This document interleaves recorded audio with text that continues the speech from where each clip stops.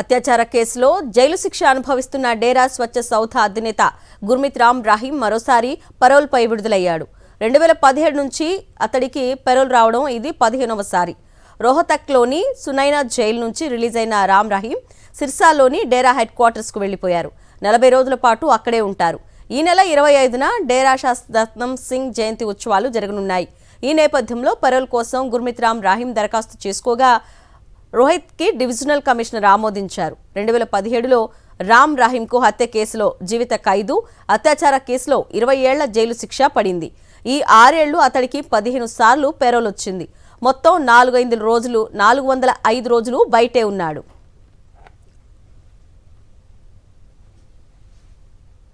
అత్యాచార కేసులో జైలు శిక్ష అనుభవిస్తున్న డేరా స్వచ్ఛ సౌథ అధినేత గుర్మిత్ రామ్ రహీం మరోసారి పరోల్పై విడుదలయ్యాడు. 2017 నుంచి అతడికి పరోల్ రావడం ఇది 15వసారి. రోహతక్లోని సునైనా జైలు నుంచి రిలీజ్ అయిన రామ్ రహీం సిర్సాలోని డేరా హెడ్ క్వార్టర్స్కు వెళ్లిపోయారు. 40 రోజుల పాటు అక్కడే ఉంటారు. ఈ నెల 25న డేరా శాస్త్రరత్నం సింగ్ జయంతి ఉత్సవాలు జరగనున్నాయి. ఈ నేపథ్యంలో పరోల్ కోసం గుర్మిత్ రామ్ రహీం దరఖాస్తు చేసుకోగా రోహిత్కి డివిజనల్ కమిషనర్ ఆమోదించారు. 2017లో రామ్ రహీంకు హత్య కేసులో జీవిత ఖైదు, అత్యాచార కేసులో 20 ఏళ్ల జైలు శిక్ష పడింది.